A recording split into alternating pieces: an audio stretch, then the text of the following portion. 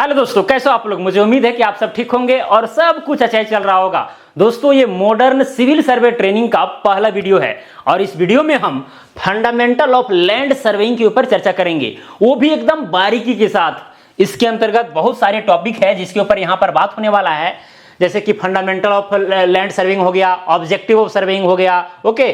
फिर यहाँ पर प्लेन सर्वेइंग, जियोडेटिक सर्वेइंग, बहुत सारी चीजें हैं, ठीक है। फिर यहाँ पर देख सकते हैं दोस्तों टोपोग्राफिक सर्वे, कैडेस्ट्रल सर्वे, सिटी सर्वे। तो यहाँ पर बहुत सारे टॉपिक है जिसके ऊपर यहाँ पर हम बात करने वाले हैं। वीडियो थोड़ा सा लंबा जरूर होने वाला है, लेकिन जब हम मेहनत कर रहे हैं तो भाई आपको भी करना चाहिए। तो कॉपी पेन निकाल लीजिए और शुरू हो जाइए मेरे साथ। तो दोस्तों, क्या है पहला टॉपिक हमारे सामने? फंडामेंटल ऑफ लैंड सर्वेइंग, यानी सर्वेक्षण के मूलभूत सिद्धांत या फिर मूल सिद्धांत क्या है। थोड़ा सा डेफिनेशन पढ़ लेते हैं, उसके बाद चीजों को समझाने का प्रयास करते हैं। क्या बोला गया है?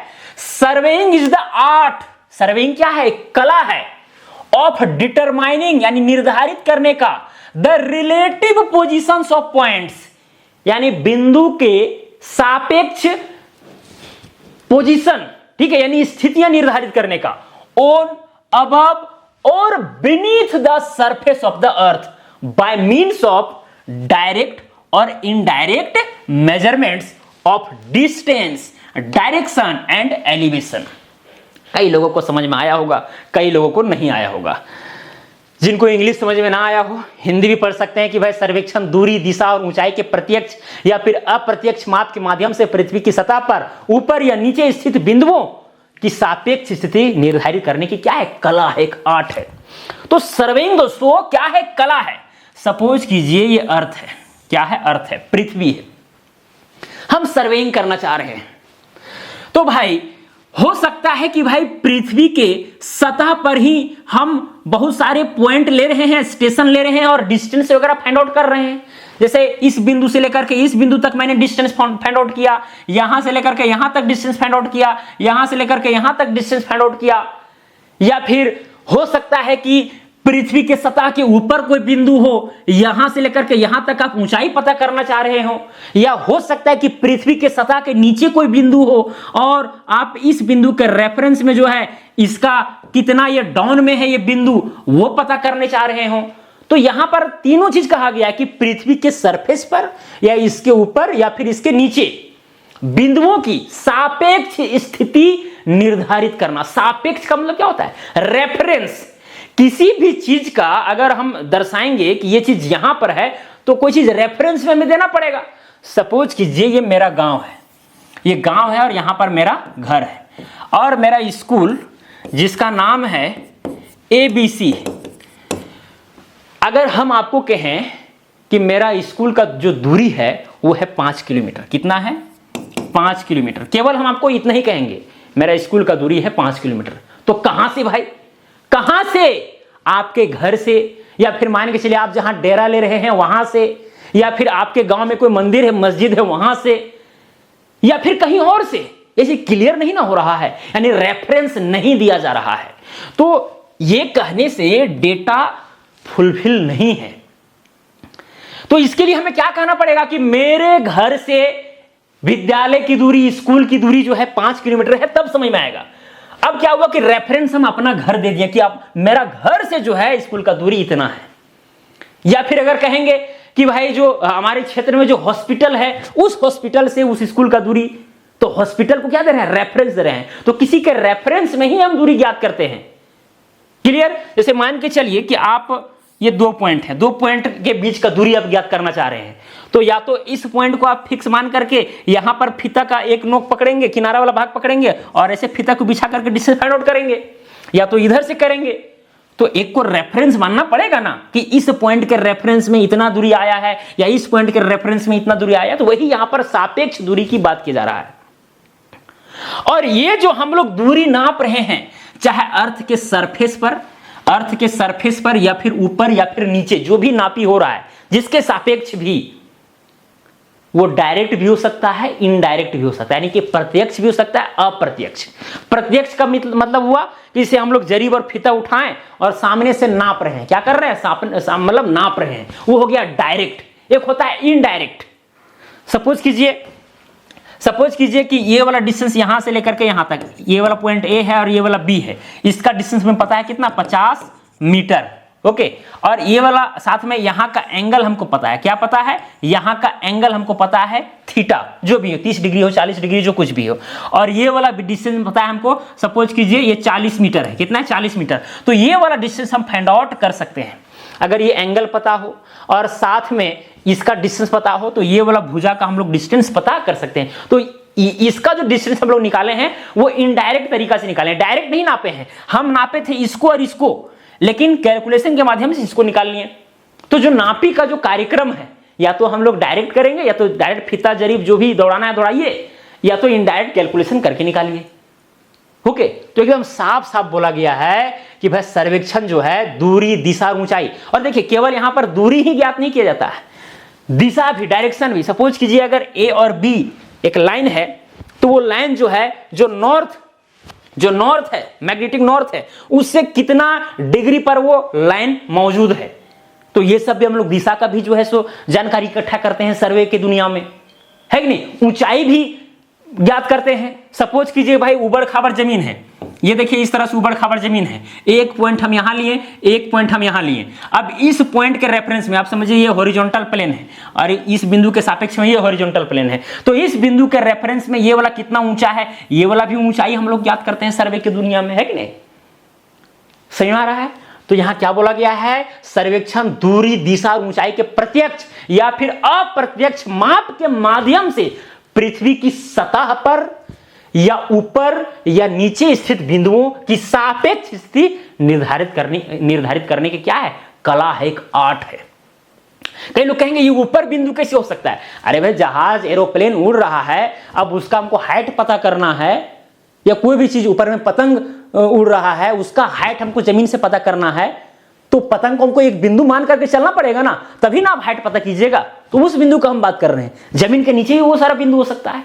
क्लियर।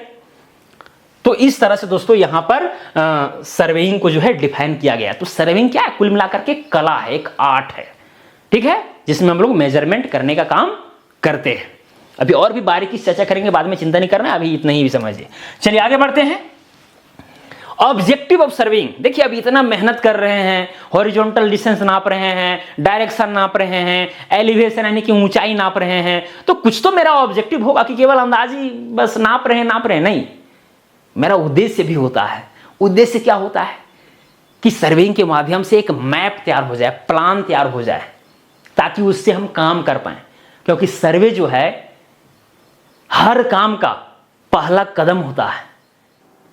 दोस्तों मैं आप सबसे 2 मिनट का समय लेना चाहूंगा। दोस्तों आप सबके बीच जो है एक नया कोर्स लेकर आया हूं, मॉडर्न सिविल सर्वे 60 डेज ट्रेनिंग प्रोग्राम का, और इसका क्लास जो है 24 जुलाई से शुरू है। ये जो आप क्लास भी देख रहे हैं एक्चुअली इसी कोर्स का पहला वीडियो है। इसी तरह से जो है इस पूरे कोर्स में आपको पढ़ाया जाएगा, जिसमें 36 डेज जो है यहां पर थ्योरी होने वाला है, साथ में 24 डेज जो है प्रैक्टिकल होने वाला है। और इसका प्रैक्टिकल जो है सितंबर में होगा, जिसमें आपको जो है सर्वे का बेसिक सिखाया जाएगा, टोटल स्टेशन हो गया, ऑटो लेवल हो गया, डीजीपीएस हो गया, ऑटो कैड हो गया, सब कुछ सिखाया जाएगा एकदम प्रैक्टिकली, एकदम फुल्ली। कहीं पर भी इंडिया में या फिर विदेशों में कहीं भी जो है आप काम कर सकते हैं, वो भी सर्वे का। तो इसमें क्या क्या पढ़ाया जाएगा संक्षेप में मैं यहां पर बता दे रहा हूं।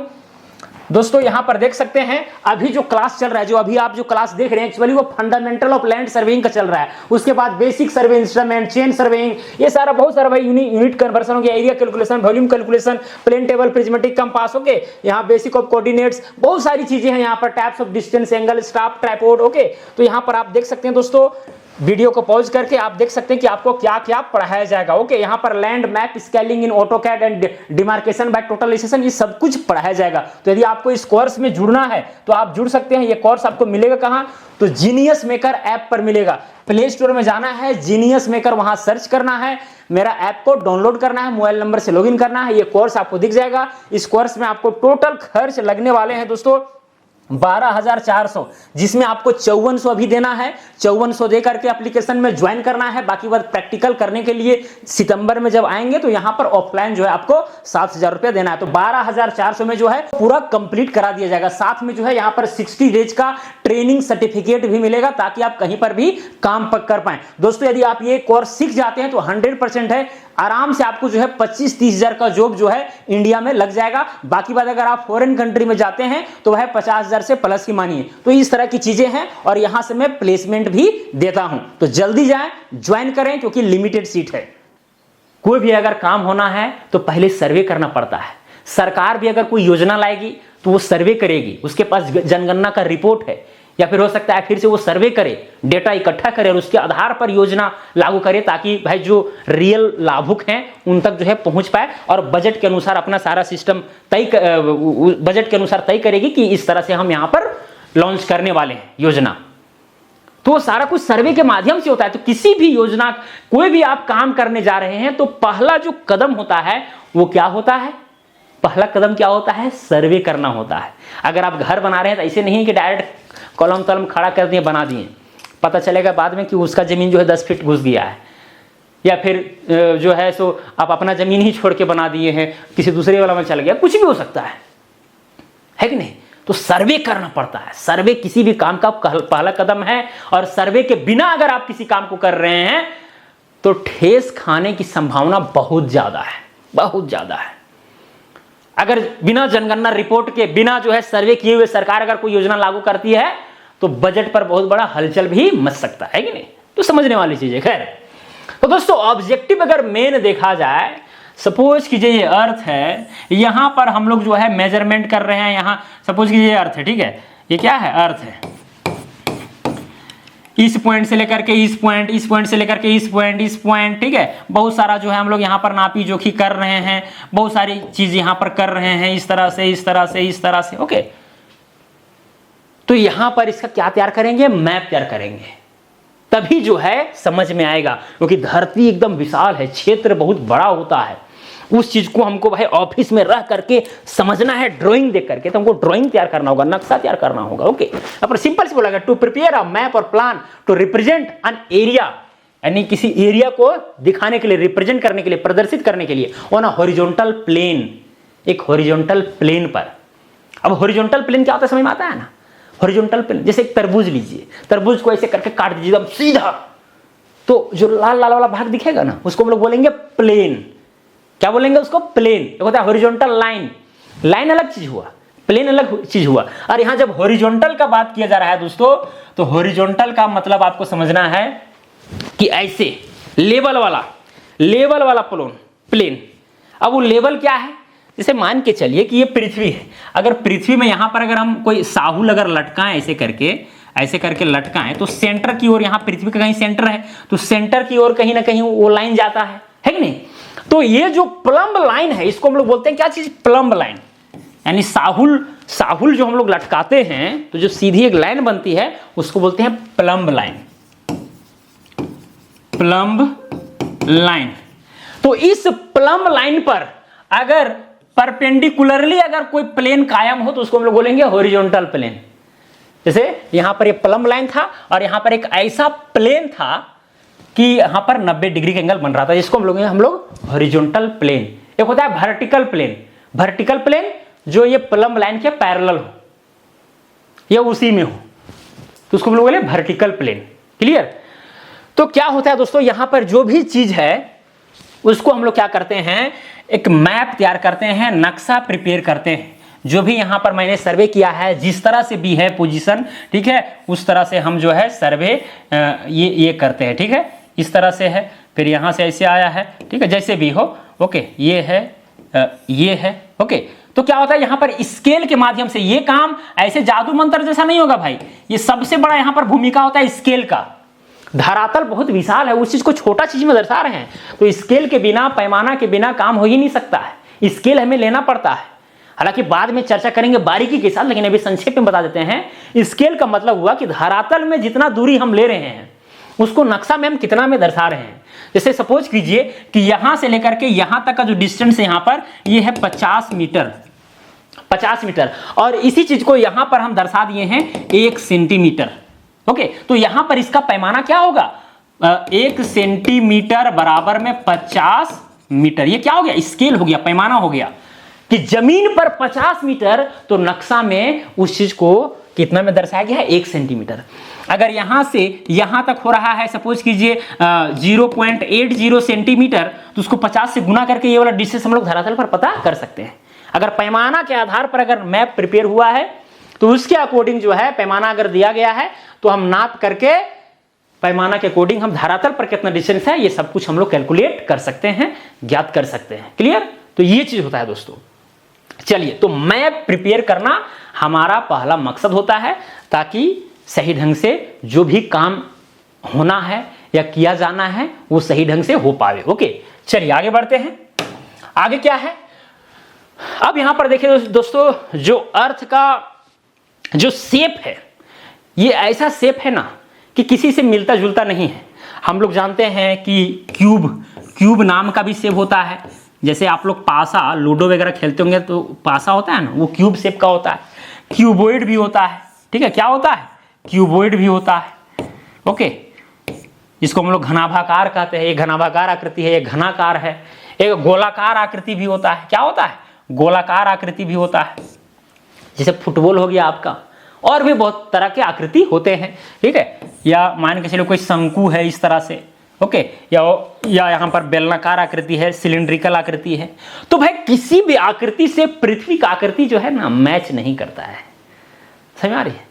आप कहेगा कैसे नहीं सर, हम लोग तो पढ़े पृथ्वी गोल है तो इससे तो मैच कर जाएगा, ठीक है, गोलाकार आकृति से, स्फेरिकल आकृति से। लेकिन ऐसा नहीं है दोस्तों। पृथ्वी का जो सतह है बहुत उबड़ खाबड़ है, उबड़ खाबड़ है, और ये ऐसा शेप है कि किसी शेप से मैच ही नहीं करता है। इसीलिए इस शेप को ही हम लोग एक अलग से नाम दे दिए जियोड। क्या चीज नाम दे दिए, जियोड, क्योंकि और कोई शेप से मिल ही नहीं रहा था। पृथ्वी इतना विशाल है, उसको भी कुछ नया शेप का नाम देना चाहिए, ठीक है, तो हम लोग बोल देते हैं जियोड। जियोड जैसे बोलेंगे तो समझना है कि पृथ्वी का जो उबड़ खाबड़ सतह है वो सब सपोज किया जा रहा है।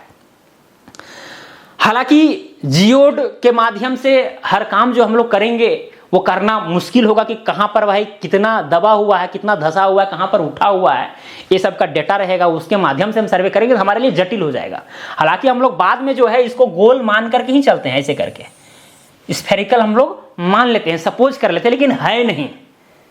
और जब स्फेरिकल है नहीं तो उसका नाम क्या है, जियोड है, ठीक है। इतना समझना है, बाकी बात धीरे धीरे समझाएंगे, चिंता नहीं करना है। तो no geometrical shape represent true shape of earth, hence it recognized as new name geoid. Clear यहां तक? मुझे उम्मीद है कि आपको समझ में आया होगा। तो पृथ्वी जो है इस तरह से है, ऐसा नहीं है कि पूरा गोल है, ठीक है, उबड़ खाबड़ है, बहुत वेरिएशन है। अभी और भी इसके विषय में डिटेल से चलिए अब यहां पर चर्चा करेंगे। देखिए, length of equatorial axis is greater than length of polar axis. देखो सो है क्या कि ये वाला जो है ना, ये जो आप देख रहे हैं ना यहां पर, ओहो, ये अर्थ है, इसको हम लोग बोलते हैं इक्वेटोरियल एक्सिस। क्या बोलते हैं इसको, इक्वेटोरियल एक्सिस, इक्वेटोरियल एक्सिस। और इसको हम लोग बोलते हैं दोस्तों पोलर एक्सिस। क्या बोलते हैं, पोलर एक्सिस। तो इक्वेटोरियल एक्सिस जो है, ये क्या चीज बोले हम, एक यहां पर नोट करने वाली चीज है, इक्वेटोरियल जो एक्सिस है वो ग्रेटर देन है क्या चीज, पोलर एक्सिस से। ये बात आपको ध्यान में रखना है। और डिस्टेंस दिया गया है, length of equatorial axis is 12,756 दशमलव इतना, ठीक है, 12,757 किलोमीटर के आसपास है इस इक्वेटोरियल एक्सिस का लंबाई। और यही पोलर एक्सिस का देखेंगे तो 12,714 के आसपास किलोमीटर में, ठीक है, लंबाई है। तो यहां पर देखिए 12,700 मतलब 57, यहां 12,714, तो कम है ना, ये पोलर एक्सिस कम है ना। इसीलिए हम लोग को भाई कभी कभी पढ़ाया जाता है कि पृथ्वी थोड़ा सा चपटी है। तो हम लोग पृथ्वी का जब शेप बनाते हैं तो कुछ इस तरह से हम लोग बनाते हैं, ऊपर में थोड़ा सा चापट कर देते हैं, ठीक है, और इधर इस तरह से गोल कर देते हैं। इधर से कभी कभी तो आप मैप में भी देखे होंगे, गूगल में सर्च कीजिएगा तो इस तरह से भी पृथ्वी कई बार जो है आपको बना हुआ मिलेगा। तो इसी चीज को, चूंकि इक्वेटोरियल एक्सिस जो है पोलर एक्सिस से ज्यादा है, इसी वजह से जो है ऊपर नीचे दबाया गया है। लेकिन उतना भी अंतर नहीं है। कितना का अंतर है पता है, ये देखिए, 42.95, 43 किलोमीटर के आसपास डिफरेंस है। तो उतना भी बड़ा नहीं है, ज्यादा आपको चपटा नहीं दिखा देना है, ठीक है, समझ आ रहा है ना। Difference in length of equator and polar axis is इतना किलोमीटर। लेकिन चूंकि दोस्तों पृथ्वी जो है पूरा पूरी गोल नहीं है, कहीं भी उबड़ खाबड़ है, फलाना चिलाना है। हम इसको रेडियस से जो है सो समझेंगे चीजों को कि रेडियस कितना हो रहा है। हालांकि आप चाहेंगे तो रेडियस इससे भी निकाल सकते हैं।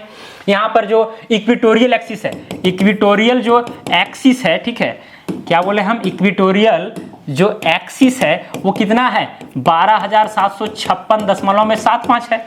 और साथ में पोलर एक्सिस, पोलर जो एक्सिस है वो कितना है, 12,713.8 किलोमीटर, ठीक है, इतना है। तो यहां से यहां तक जो भी डिस्टेंस होगा उसका आधा अगर हम कर देंगे तो यहां से लेकर के यहां तक का डिस्टेंस निकल जाएगा रेडियस, है कि नहीं, क्या निकल जाएगा, रेडियस निकल जाएगा। देख सकते हैं 12,756, इसको आधा से डिवाइड कर देंगे तो रेडियस। अब चूंकि इधर कम है तो इधर का रेडियस, इधर वाला रेडियस अलग निकलेगा।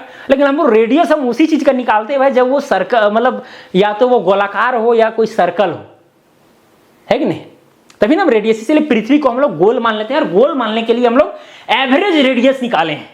यानी पृथ्वी में क्या किया गया, पृथ्वी कहीं बीच सेंटर लिया गया, ओके, और बहुत सारा जो है यहाँ पर हम लोग रेडियस को मेजरमेंट किए। यहाँ से ये वाला मेजरमेंट किए, ये वाला किए, ये वाला कहीं कम निकला, कहीं ज्यादा निकला, कहीं कम कम कम, ज्यादा ज्यादा ज्यादा ज्यादा ज्यादा, बहुत कम, ठीक है। इस तरह से बहुत सारे लेंथ हमको रेडियस का मिला।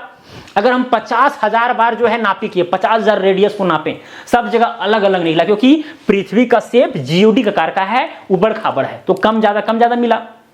सबका एवरेज निकाल दिए, सबको ऐड करके 50,000 बार अगर हम नापी किए हैं तो 50,000 से डिवाइड कर देंगे तो एवरेज निकल जाएगा। तो एवरेज रेडियस जो है अर्थ का वो कितना है, 6371 किलोमीटर है। कितना है, 6371 किलोमीटर। अब आप बोलिएगा कि सर ये इक्वेटोरियल एक्सिस और पोलर एक्सिस का दोनों का वैल्यू है भाई, यहाँ डायमीटर कुल मिला करके दिया गया है, इन लोगों को 2 से डिवाइड कर देंगे तो रेडियस निकल जाएगा, और फिर दोनों रेडियस को जोड़ करके 2 से डिवाइड कर देंगे तो वो जो है एवरेज रेडियस निकल जाएगा 6371। निकाल के देखिए, नहीं ये 6371 नहीं आएगा, इससे शायद कम ही आपको मिलेगा। ये जो है ना, ये 6371 जो लिया गया है, ये बहुत जगह मेजरमेंट ले करके तब निकाला गया है। आप केवल इक्वेटोरियल और पोलर के आधार पर भी जो है आप डिफाइन नहीं कर सकते हैं पूरा एवरेज जो अर्थ का जो एक्चुअल रेडियस होगा उसको आप डिफाइन नहीं कर सकते हैं इसी से केवल, ठीक है। तो ये भी आपको समझना है। चलिए, तो दोस्तों आपको समझ में आ रहा होगा कि भाई यहाँ पर देखिए कुल मिला करके अर्थ को समझाने में ही लगे हुए हैं, अभी बहुत कुछ आपको समझाना बाकी है क्या। चलिए तो आगे बढ़ते हैं, क्या लिखा है, surveying can be divided into 2 classes. Surveying को हम 2 भाग में बांट सकते हैं। पहला जियोडेटिक प्लेन सर्वेइंग और दूसरा जियोडेटिक सर्वेइंग, ठीक है। तो यहां पर प्लेन सर्विंग हो गया और एक क्या हो गया, जियोडेटिक सर्विंग हो गया दोस्तों। तो प्लेन सर्विंग में क्या होता है, चलिए इसको थोड़ा सा पढ़ देते हैं, उसके बाद हम आपको समझाते हैं। Plane surveying is the type of surveying in which the mean surface यानी average surface of the earth is considered as plane and the spherical shape यानी कि जियोडिक शेप इज नेग्लेक्टेड। यानी पृथ्वी का जो उबड़ खाबड़ जो है ना, जियोडेटिक जो शेप है या फिर स्फेरिकल जो शेप है, उसको नेग्लेक्ट किया जाता है। और हम लोग मीन सरफेस को जो है लेकर के सर्वे का काम करते हैं, किसमें, प्लेन सर्विंग में। आगे बोला गया है, all triangles formed by the survey lines are considered as plane triangles. The level line is considered as straight and all plumb lines are considered parallel। समझ में नहीं आया होगा, खैर कोई बात नहीं, हम हैं तो फिर टेंशन किस बात का भाई। चलिए आगे बढ़ते हैं। यहां पर देखिए ये अर्थ है, अर्थ जो है कुछ इस तरह से है, उबड़ खाबड़ इस तरह से, जियोडेटिक या स्फेरिकल शेप उसको भी कहा जाता है, क्लियर, इस तरह से है। हम लोग क्या कहते हैं, ये तो पृथ्वी पर पूरा ले लिए तो बहुत बड़ा है ना, तो हम लोग पूरा पृथ्वी का सर्वे थोड़ा नहीं करने लगते हैं अचानक, नहीं करते हैं। कोई भाई होता है 2-4 किलोमीटर के रेंज में हम लोग सर्वे करते हैं पहले, उसके बाद फिर धीरे धीरे आगे बढ़ते हैं। तो वो वाला जो रेंज है वो प्लेन ही माना जाता है। खैर हटाइए, अभी समझ में नहीं आएगा, अभी समझाएंगे, चिंता नहीं करना है कि कितना रेंज तक जो है हम लोग काम करेंगे कि ये में दिक्कत होगा, ठीक है। तो होता क्या दोस्तों, ये जो उबड़ खाबड़ है ना, इसको जो है एकदम एवरेज मीन सरफेस मान लिया जाता है। इसको जो है यहाँ पर इसको हम गोल कर देंगे ऐसे करके, देखिए इसको क्या कर दिया हम ऐसे करके गोल, इसको हम लोग मीन सरफेस बोलेंगे। देखिए ये जो मीन सरफेस जो व्हाइट वाला लाइन हम दिखाए हैं, कहीं देखिए ये जो ओरिजिनल वाला जो सरफेस है, कहीं ज़्यादा हो रहा है मीन सरफेस है तो कहीं कम हो रहा है, तो ये मीन सरफेस है।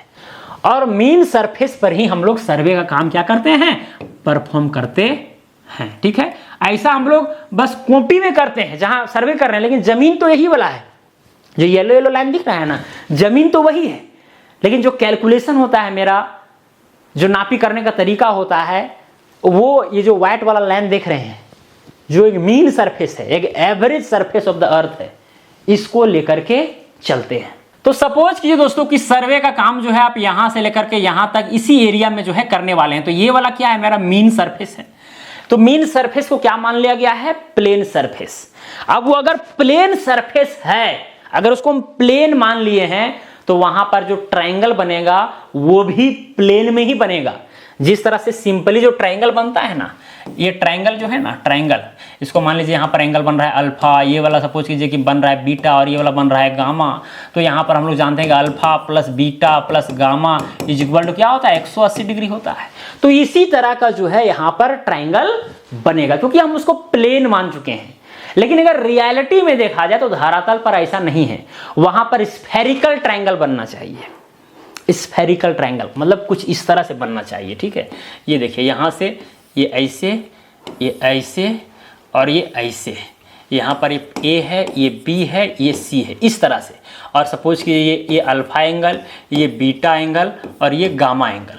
अब यहाँ पर क्या होगा, यहाँ पर जो है alpha plus beta plus gamma का जो वैल्यू है, अगर तीनों को जोड़ेंगे तो 180 डिग्री से ज़्यादा ही होगा।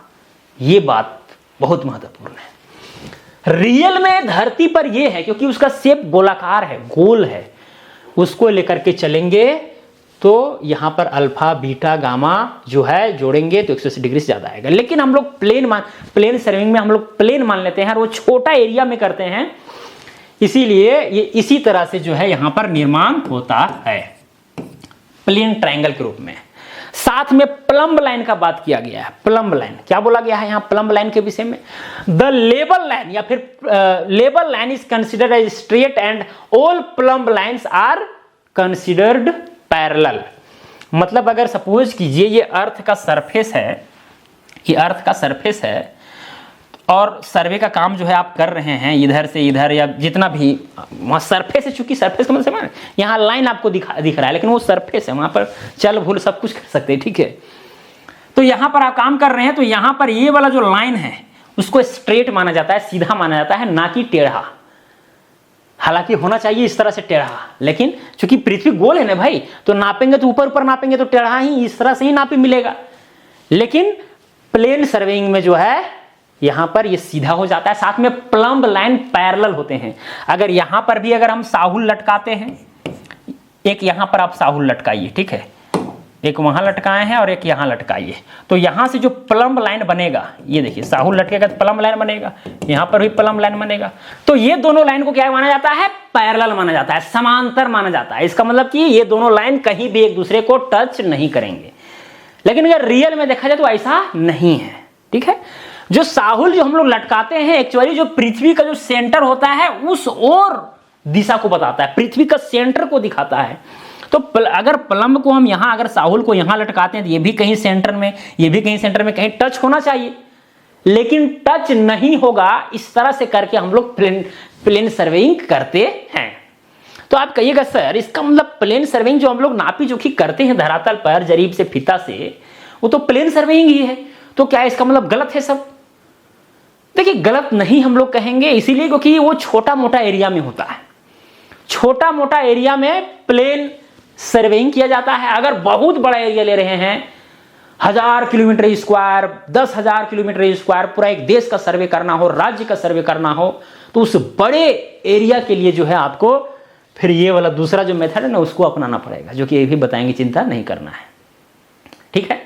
तो अगर छोटा एरिया रहता है ना तो उस जगह पर ऐसा प्रतीत होता है कि ये दोनों प्लम्ब लाइन पैरेलल ही होंगे, ये हॉरिजॉन्टल लाइन और ये जो कर्व लाइन है उसमें कोई विशेष फर्क नहीं होगा, नगण्य होगा, उसको हम लोग जो है एकदम स्ट्रेट मान करके चलते हैं।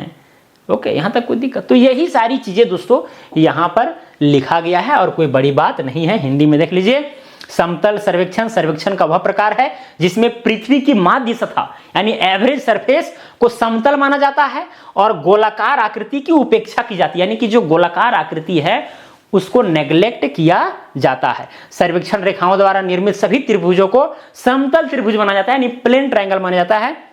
समतल रेखा को सीधी रेखा माना जाता है, ठीक है, और सभी साहुल रेखाओं को समांतर माना जाता है। चलिए अब नेक्स्ट यहां पर जो है अब इसके ऊपर भी बात करते हैं। जैसे length of an arc of 12 kilometres long lying in the earth surface is only 1 centimetre greater than, यहां पर 1 सेंटीमीटर लिखा है, greater than the subtended cord.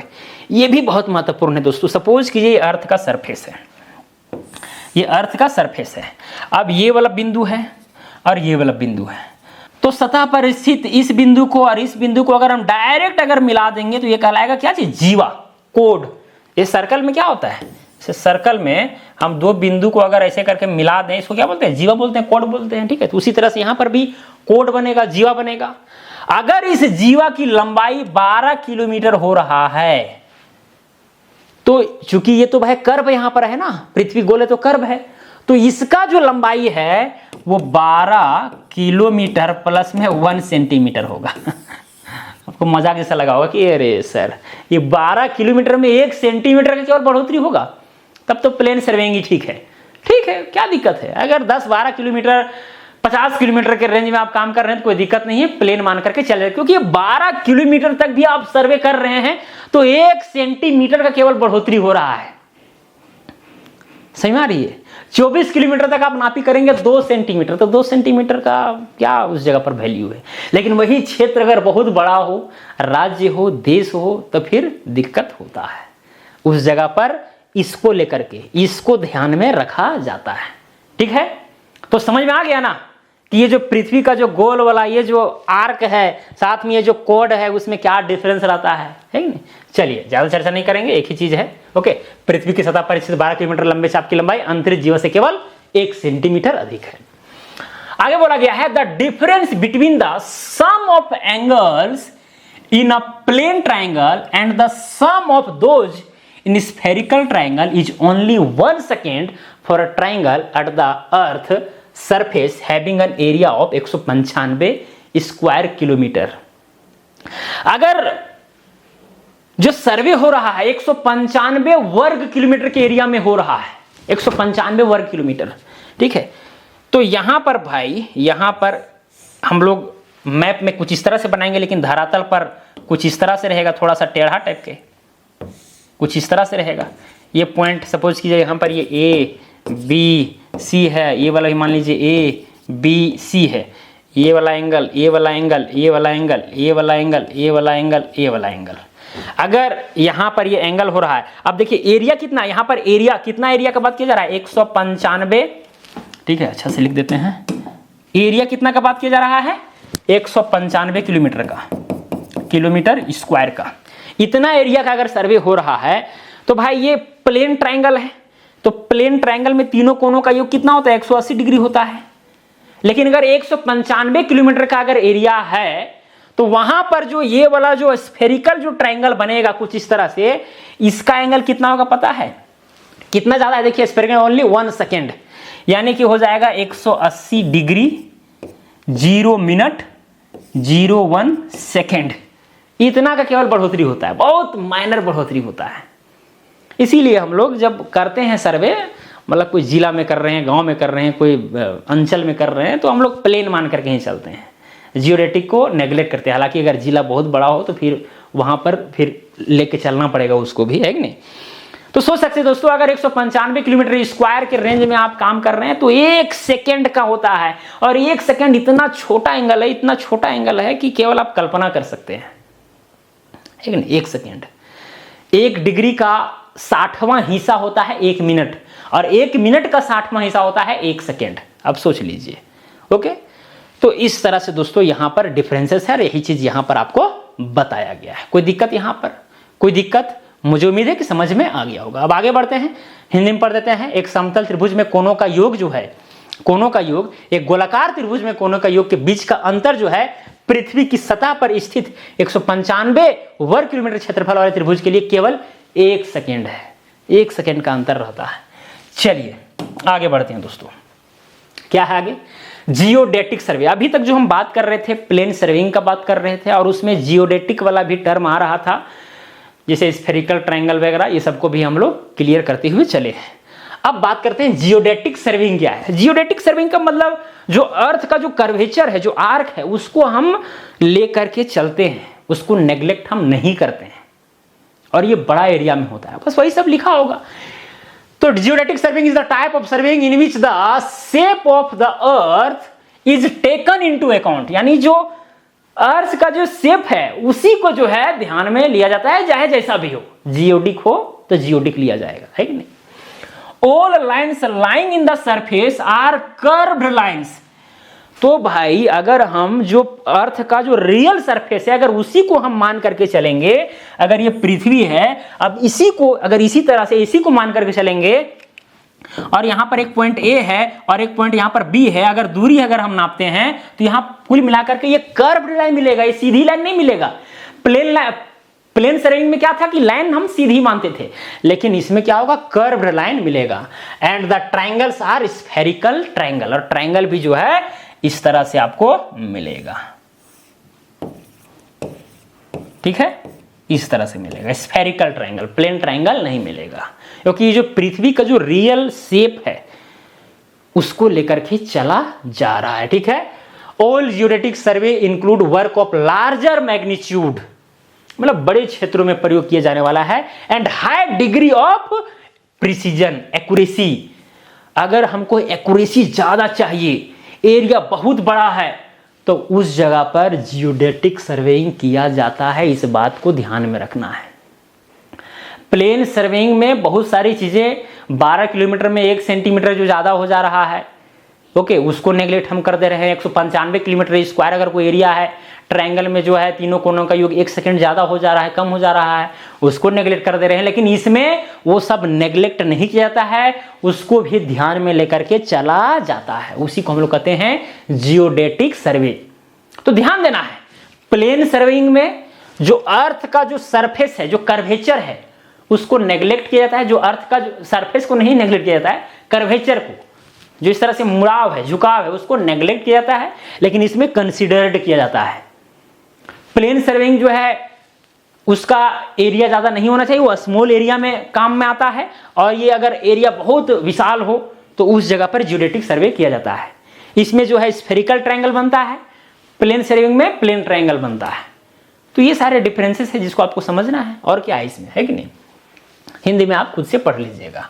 जहां पर ज्यादा एक्यूरेसी चाहिए तो हम जियोडेटिक सर्वे करेंगे, एक्यूरेसी उतना ध्यान में हमको नहीं रखना है तो फिर हम प्लेन सर्वेइंग करेंगे। हालांकि छोटा मोटा क्षेत्र में जो है वो एक्यूरेसी में ही रहता है, प्लेन सर्वेइंग कोई दिक्कत नहीं है। चलिए आगे बढ़ते हैं। अब दोस्तों यहां पर क्लासिफिकेशन के ऊपर बात करेंगे। Classification based upon the nature of the field survey. Field survey के आधार पर जो है, उसके नेचर के आधार पर, प्रकृति के आधार पर जो है हम यहां पर क्लासिफाई किए हैं। पहला है लैंड सर्वेइंग। क्या है? Land surveying. और लैंड सर्वेइंग के अंतर्गत, इसके लैंड सर्वेइंग के अंतर्गत जो है एक होता है टोपोग्राफिक सर्वे। ये बहुत ही महत्वपूर्ण सर्वे है, जो हम लोग ईटीएस से सर्वे करते हैं ना, डीजीपीएस से जो सर्वे करते हैं ना, विशेष रूप से जो है 90% काम होता है यही टोपोग्राफिक सर्वे का। यानी टोपोग्राफिक का मतलब हिंदी में हुआ स्थलाकृतिक, स्थलाकृतिक सर्वेक्षण, यानी स्थल का जो भी आकृति है, जैसा भी है, उसका हम सर्वे करेंगे। कहीं पर डाउन है तो डाउन का डेटा हम लेंगे, कहीं अप है तो अप कर लेंगे, कहीं झुकाव है, क्या है, नहीं है, सब कोई मोड़ है, क्या है, सारा जिस तरह से धरती दिख रहा है, क्षेत्र दिख रहा है, उसी टाइप का हम लोग डेटा तैयार करते हैं, उसको हम लोग बोलते हैं टोपोग्राफिक सर्वे। तो क्या यहां पर बोला गया है? This consist of horizontal and vertical location of certain points by linear and angular measurements and is made to determine the natural features of country। Such as rivers, rivers को हम लोग दर्शाते हैं, स्ट्रीम्स को दर्शाते हैं, लेक्स को दर्शाते हैं, वुड्स को, हिल्स को, ठीक है, etc and such artificial features जैसे रोड हो गया, रेलवे हो गया, कैनाल्स हो गया, टाउन्स हो गया, विलेजेस हो गया, ये सब का जो रियल जो फीचर है जिस तरह से है उस तरह से हम लोग सर्वे करते हैं ताकि उसी रूप में हमको डेटा मिले। और वो किसके अंतर्गत होता है? टोपोग्राफिक सर्वे के अंतर्गत होता है। और ये काम हम लोग जो है लीनियर मेजरमेंट के माध्यम से, एंगुलर मेजरमेंट के माध्यम से करते हैं, ठीक है। लीनियर मेजरमेंट यानी कि दूरी जो होता है एक पॉइंट से दूसरे पॉइंट के बीच का डिस्टेंस, देखो। एंगुलर मेजरमेंट यानी मान के चलिए एक लाइन इधर गया, एक लाइन इधर, यहाँ कितना एंगल बन रहा है, ओके। अब एंगल में भी कई तरह के, क्योंकि भाई टोपोग्राफिक सर्वे हो रहा है तो वर्टिकल एंगल, हॉरिजॉन्टल एंगल सबको ये किया जाता है, ठीक है। क्या चीज बोले हम, सब ध्यान देना है। एक हॉरिजॉन्टल लाइन होता है, वर्टिकल लाइन होता है, वर्टिकल लाइन होता है, ठीक है। हॉरिजॉन्टल प्लेन या फिर प्लेन, मतलब प्लेन अलग चीज हुआ, ऐसा नहीं कि यहाँ पर एक ही चीज है। हॉरिजॉन्टल लाइन या हॉरिजॉन्टल, फिर यहाँ पर प्लेन हम ले लेंगे, ओके। फिर हॉरिजॉन्टल एंगल होता है, हॉरिजॉन्टल एंगल होता है, वर्टिकल एंगल होता है, अब हॉरिजॉन्टल लाइन क्या हुआ, जैसे कि यहां से लेकर के सपोज कीजिए कि इस बिंदु से लेकर के ये वाला, ये क्या हो गया, हॉरिजॉन्टल लाइन हुआ। और यही एक सतह का बात करेंगे तो हॉरिजॉन्टल वो प्लेन हो जाएगा जो प्लम्ब लाइन के परपेंडिकुलर हो, ओके। वर्टिकल लाइन किसको कहेंगे, कुछ इस तरह से रहेगा, ठीक है। ये वाला पॉइंट एक इधर है, एक पॉइंट इधर, ये वर्टिकल लाइन हो गया। एक होता है हॉरिजॉन्टल एंगल। अब हॉरिजॉन्टल एंगल क्या है, हॉरिजॉन्टल क्या है, एक्स एक्सिस है, वाई एक्सिस है, तो ये वाला एंगल कहलाएगा हॉरिजॉन्टल एंगल। यहाँ पर हालांकि इस चीज को दर्शाना थोड़ा सा दिक्कत वाला बात है। वर्टिकल एंगल जैसे देखिए यहाँ पर एक लाइन ये वाला है और ऐसे करके जो ये वाला एंगल लेते हैं इसको हम लोग बोलते हैं वर्टिकल एंगल, ठीक है। यानी ये वाला हॉरिजॉन्टल लाइन रहता है, हॉरिजॉन्टल के लाइन के सापेक्ष कितना एंगल बन रहा है उसको हम लोग वर्टिकल एंगल बोलते हैं। हॉरिजॉन्टल एंगल ये वाला एंगल, ठीक है, ये वाला एंगल समझ आ रहा है ना। तो ये सारी चीजें दोस्तों जिसको आपको समझना है। तो यहाँ पर देख सकते हैं टोपोग्राफिक सर्वे में क्या होता है, कहीं पर नदी नाला है, कहीं पर भाई कुछ है, ठीक है, रेलवे लाइन है, रोड वगैरह है, टाउन्स है, विलेजेस है, जो कुछ भी है सबका जो है हम डेटा उठाते हैं। और ये काम या तो आप जो है भाई टेकोमेट्रिक सर्वे से करें, डीजीपीएस के माध्यम से करें, ईटीएस के माध्यम से करें, जो भी सर्वे इंस्ट्रूमेंट आपके पास है जिसके माध्यम से आप संपन्न कर रहे हैं, किसी से भी करके जो है आप यहाँ का टोपो ले सकते हैं। इसको शॉर्ट में बोलते हैं टोपो, okay.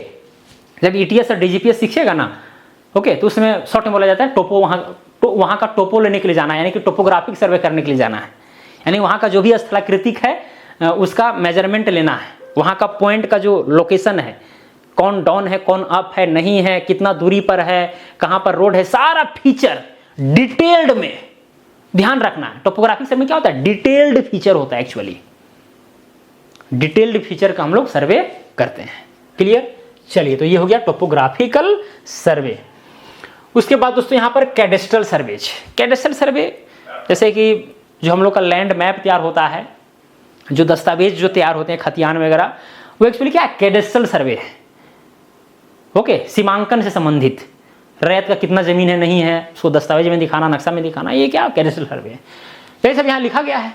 Cadastral survey are made incident to the fixing of property lines, the calculation of land area, the transfer of land property from one owner to another. They are also made to fix boundaries of municipalities and of state and federal jurisdictions. मतलब simple सी बात है, यहां पर जो है ना fixing of property line, ठीक है। देख सकते हैं ये जो नक्शा बना हुआ है, यहाँ पर कोई विलेज में जब मैप प्रिपेयर होता है तो भाई किसके पास कितना जमीन है, कब्जा के आधार पर या पेपर के आधार पर उसका मैप वगैरह तैयार होता है कि नहीं। तो यहाँ पर बाउंड्री को क्या किया जा रहा है, फिक्स किया जा रहा है। या फिर अगर ट्रांसफर ऑफ प्रॉपर्टी, एक आदमी से दूसरे में ट्रांसफर हुआ है तो कितना भाग लिया था उसको फिर जो है उस मैप में जोड़ना, अलग से उसको दिखाना, ये सारा काम जो है किसमें होता है, तो कैडेस्ट्रल सर्वे में होता है। समझ में आई बात। और इसमें कोई बड़ी बात नहीं है। चलिए दोस्तों, हालांकि कैडेस्ट्रल सर्वे के ऊपर बारीकी से बात करेंगे। 3 महीना 6 महीना वाला कोर्स में बारीकी से आपको समझाया जाता है। 1 साल का भी कोर्स हमारे यहाँ अमीन वाला जो होता है स्पेशल, उसमें क्या है भाई, किश्तवार हो गया, किश्तवार के अंतर्गत जो नक्शा तैयार होता है, कैसे तैयार होता है, क्या प्रक्रिया है, खानापुरी में जो दस्तावेज वगैरह तैयार होते हैं, नक्शा में नंबर वगैरह दिया जाता है, चकबंदी होता है, तस्दीक बुझारत होता है, बहुत सारी चीज़ें होती है। तो सारा कुछ वो एक्चुअली क्या है, कैडेस्ट्रल सर्वे है। कैडेस्ट्रल सर्वे के अंतर्गत वो चरण है, स्टेप्स है। ओके, चलिए दोस्तों अब आगे बढ़ते हैं। 3rd नंबर, ये सब लैंड सर्विंग में है।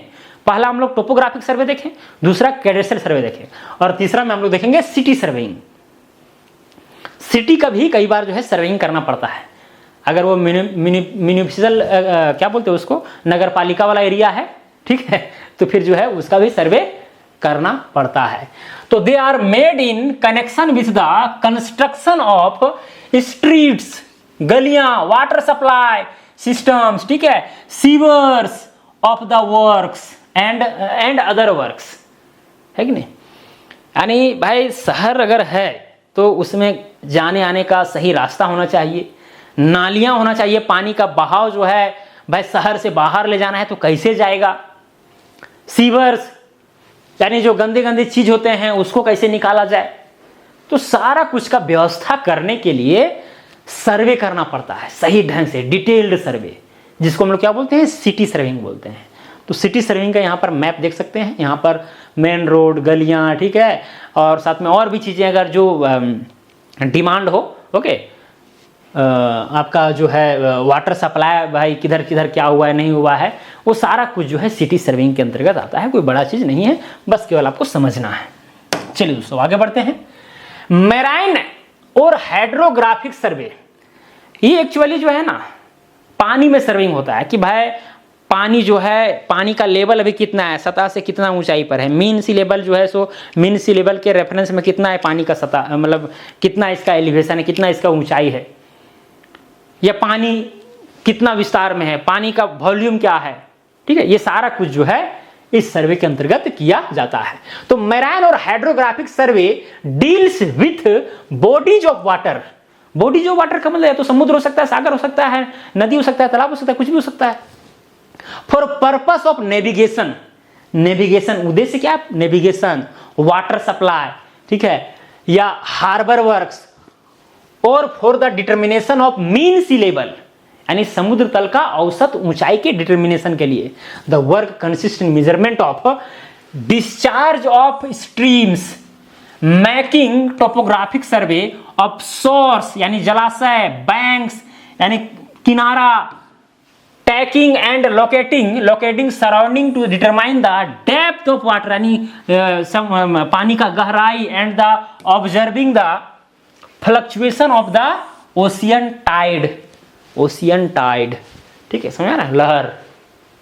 तो ये सब पानी से संबंधित जितने तरह की चीजों का जो अध्ययन किया जाता है, सर्वे किया जाता है, उसको हम लोग क्या बोलते हैं, हाइड्रोग्राफिक सर्वे कहते हैं। हिंदी में भी अच्छा समझ सकते हैं, समुद्री या जल सर्वेक्षण जो है, नौवाहन, ठीक है, नौवाहन, ठीक है, जल आपूर्ति, बंदरगाह निर्माण कार्यों या औसत समुद्री तल के निर्धारण हेतु जल निकायों से संबंधित है। इस कार्य में नदियों के प्रवाह मापन, तटों और किनारों का स्थलाकृतिक सर्वेक्षण, जल की गहराई निर्धारित करने के लिए माप लेना और उनका स्थान निर्धारित करना तथा समुद्री ज्वार के उतार चढ़ाव का अवलोकन करना क्या है, शामिल है, इंक्लूडेड है, ठीक है। तो क्या है, ये हाइड्रोग्राफिक सर्वे है।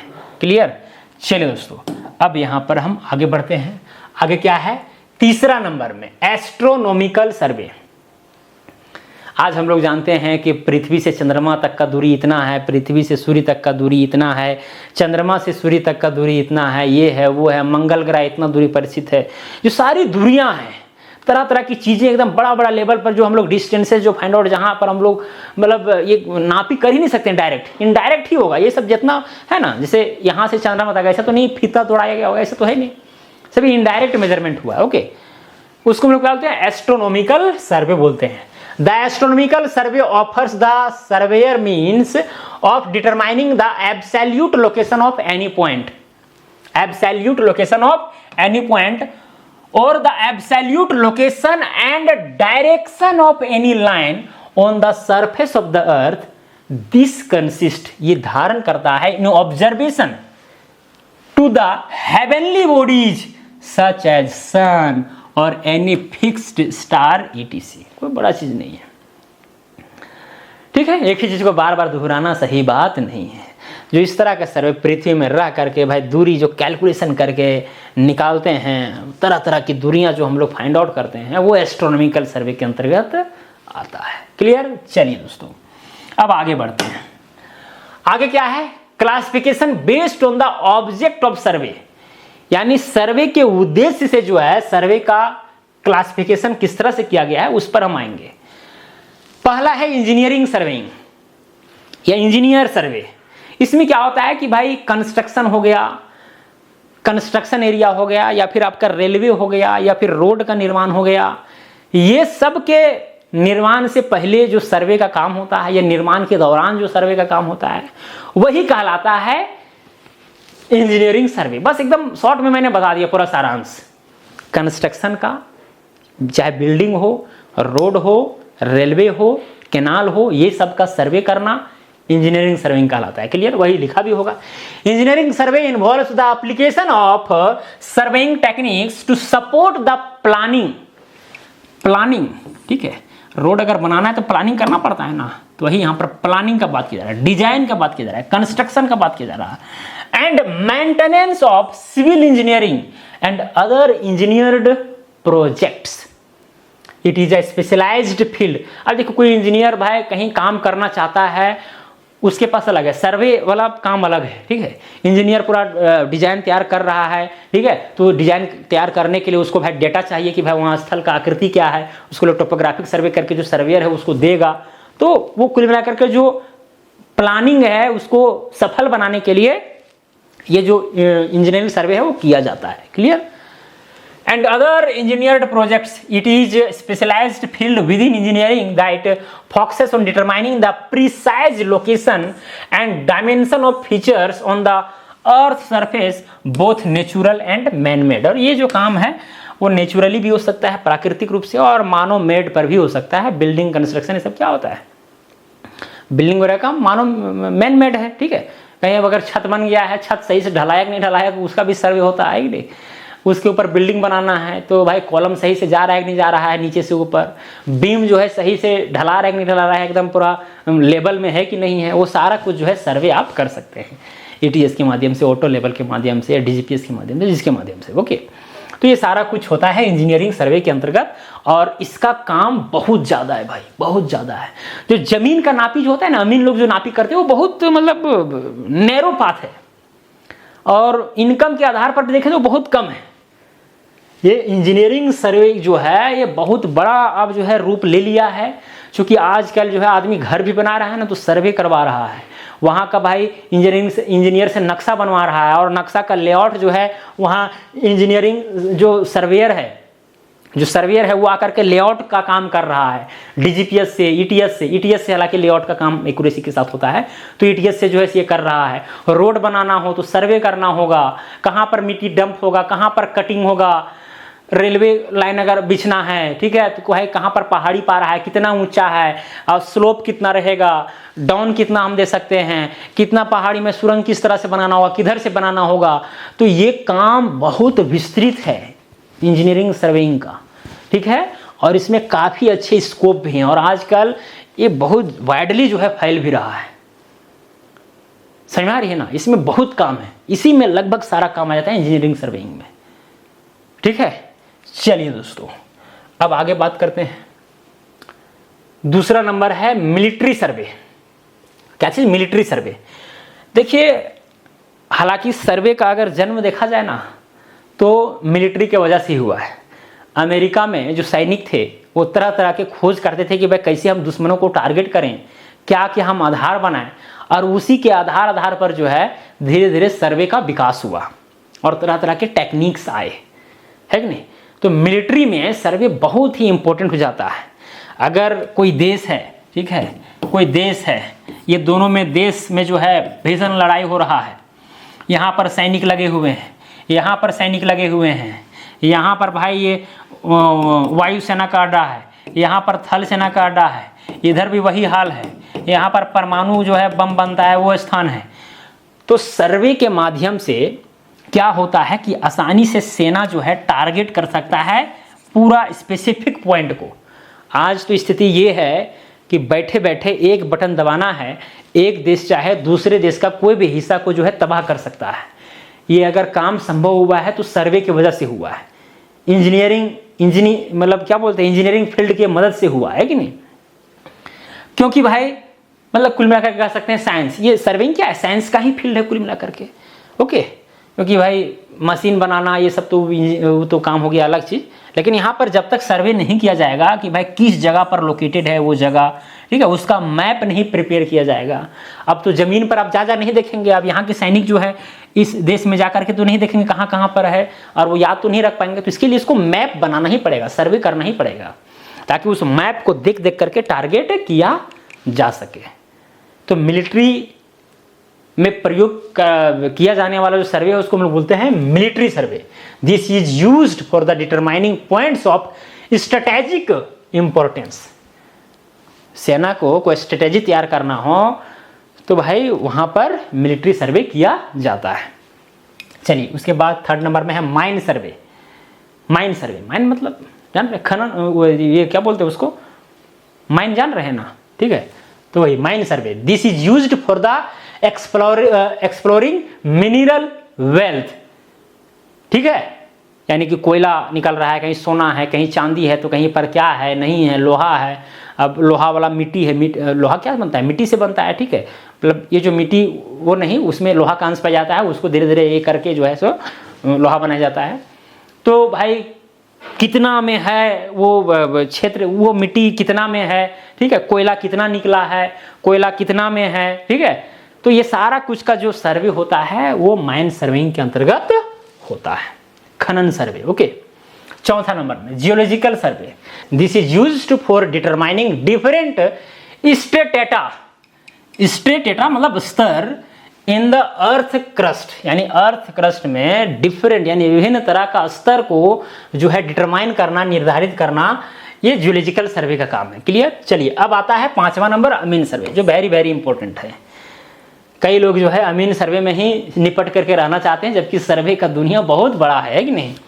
तो अमीन सर्वे में क्या होता है, कोई इसमें ज्यादा कोई काम नहीं है, ठीक है। काम क्या है, this is used for the basically map and land records preparation, map prepare करना और लैंड रिकॉर्ड्स प्रिपेयर करना। ओके, तो ये वाला भी काम जो है कई लोग नहीं जानते हैं, ठीक है।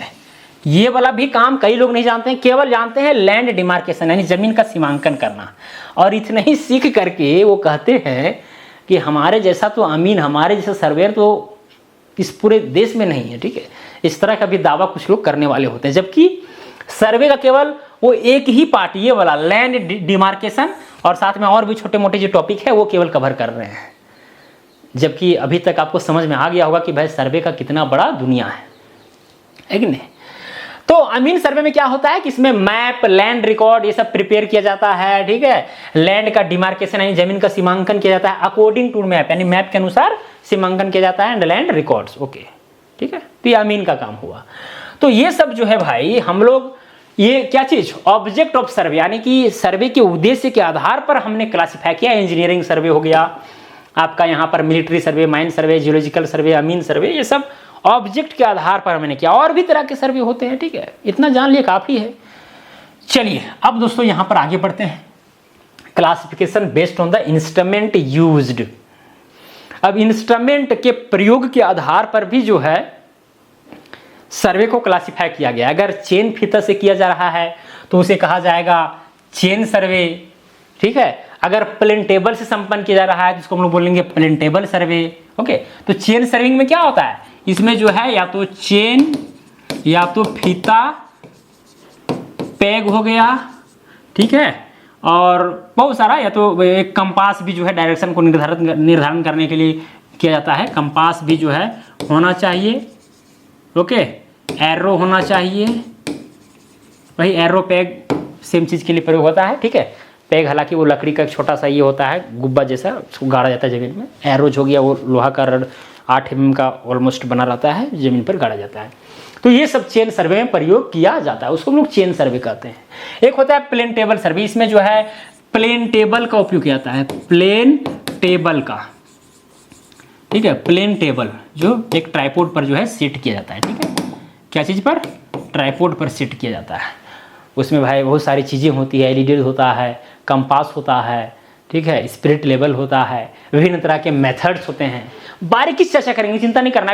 अभी केवल ऐसे हम बता रहे हैं कि इंस्ट्रूमेंट के बेस्ड पर सर्वे के इतने प्रकार हैं, आप सबके ऊपर बारीकी से चर्चा होगा, इसके लिए आप टेंशन नहीं लीजिए। ओके, प्रिज्मेटिक कंपास सर्वे, इसमें जो है प्रिज्मेटिक कंपास का प्रयोग किया जाता है। ओके, उसमें बहुत सारे मेथड होते हैं, रेडिएशन मेथड होता है, इंटरसेक्शन मेथड होता है, ट्रावर्स मेथड होता है, आदि आदि। ओके, उसमें एंगल को ध्यान में रख करके और मेजरमेंट भी, फीता चेन भी होना चाहिए, उसमें नापी कर करके जो है सो मैप प्रिपेयर किया जाता है। तो वो हो गया क्या, प्रिज्मेटिक कंपास सर्वे। एक होता है थियोडोलाइट सर्वे। थियोडोलाइट सर्वे में क्या होता है, इसमें हॉरिजॉन्टल एंगल, वर्टिकल एंगल ये सब जो है आसानी से ज्ञात किया जाता है, और डिस्टेंस का भी कैलकुलेशन होता है, डिस्टेंस भी आप ज्ञात कर सकते हैं, हालांकि उसका एक्यूरेसी पूरा फुल नहीं होता है। ओके, तो थियोडोलाइट में क्या होता है, हॉरिजॉन्टल एंगल, वर्टिकल एंगल ये सब ज्ञात करने के लिए प्रयोग किया जाता है, ठीक है। तो क्या थियोडोलाइट सर्वे। एक होता है टेकोमेट्रिक सर्वे, जैसे एरियल सर्वे, यानी कि भाई ऊपर में जो है सो ऊपर में एक कोई जहाज है, एरोप्लेन है, उड़ रहा है और पूरा इमेज ले रहा है एकदम पूरा डिटेल में। ओके, तो क्या इसी का था टेकोमेट्रिक सर्वे, यानी कि फोटोग्राफ जो है उसके आधार पर मैप प्रिपेयर करना, प्लानिंग करना, वो कहलाता है टेकोमेट्रिक सर्वे। एक होता है ट्रावर्स सर्वे। ट्रावर्स सर्वे के ऊपर भी बारीकी से बात करेंगे, इसके लिए आपको चिंता नहीं करना है। इसमें चेन और जो है सो एंगल के आधार पर जो है हम लोग ट्रावर्स करते जाते हैं। माला, ट्रावर्स का मतलब, ट्रावर्स का अगर हिंदी में देखा तो माला रेखन। ओके, तो वो होता है। फिर ट्रायंगुलेशन सर्वे, यानी कोई बड़ा अगर क्षेत्र है, ठीक है, अगर कोई बड़ा क्षेत्र है तो यहाँ पर ट्रायंगल या छोटा भी क्षेत्र में ट्रायंगुलेशन का प्रयोग किया जाता है, ठीक है। तो भाई अगर एक बेस लाइन अगर हम तैयार कर दिए, ये वाला एंगल यहाँ का पता है, ये वाला भी एंगल यहाँ का पता है, तो ये डिस्टेंस आसानी से हम लोग निकाल सकते हैं। ओके, केवल एक बेस लाइन हम लोग फाइंड आउट करते हैं और फिर एंगल, तो ये वाला डिस्टेंस ये वाला फाइंड आउट हो जाता है, ये वाला एंगल फाइंड आउट हो जाता है, फिर इसी तरह से हम लोग आगे काम करते चले जाते हैं। तो क्या हो गया, ट्रायंगुलेशन सर्वे हो गया। ओके, चलिए दोस्तों, तो यहाँ पर बहुत सारे टॉपिक के ऊपर मैंने बात किया और मुझे उम्मीद है कि आपको समझ में भी आया होगा। ओके, तो चलिए पहला पेज पर चलते हैं, जो क्या था, फंडामेंटल ऑफ लैंड सर्वेइंग। बहुत सारे टॉपिक के ऊपर मैंने चर्चा किया और बारीकी से आप समझे होंगे जहाँ तक मुझे उम्मीद है। अगर अभी तक भी चीज़ें समझ में आपको नहीं आई है तो वीडियो को आपको दोबारा देखना चाहिए। और रह गई बात कि आपको खुद से लिखना भी है, लिखना बहुत ज़रूरी है। केवल वीडियो देखने से आप सोचिएगा हो जाएगा, तो ये मुश्किल काम है। आपको लिख करके जो है सीखना होगा, प्रैक्टिस करना होगा, रिवीजन करना होगा, तभी जाकर के ये चीज़ें जब आपको याद रहेंगी, माइंड में सेट रहेंगी, तो आप सर्वे जब करने के लिए जाइएगा तो कहाँ पर गलत हो रहा है, कहाँ पर सही हो रहा है, उस चीज़ का आप सही से डिटर्मिनेशन कर सकते हैं। तो वो आपके ऊपर डिपेंड करता है कि आप कितना मेहनत करते हैं। मेहनत करेंगे तभी जो है आप इस फील्ड में आगे बढ़ पाएंगे। ये सिंपल सी फंडा, या किसी भी फील्ड का बात हो, मेहनत ही सब कुछ है। केवल एक बार वीडियो आप देख लिए, आप सोचिएगा हो जाएगा, ऐसा नहीं है। रिवीजन मांगता है और लिखना आपको ज़रूर है। जो चीज़ यहाँ पर सीखें आप, टॉपिक नोट वगैरह खुद से बनाइए, समझिए क्या हो रहा है नहीं हो रहा है। आपका पेन चलना चाहिए, मैं बार बार इस चीज़ को कहूँगा। ओके, और कहता भी हूँ। चलिए खैर दोस्तों, जो भी है अच्छा ही रहा होगा ये क्लास, ठीक है। तो चलिए आज के लिए इतना ही, अब मिलेंगे अगला वीडियो में। जय हिंद, जय भारत।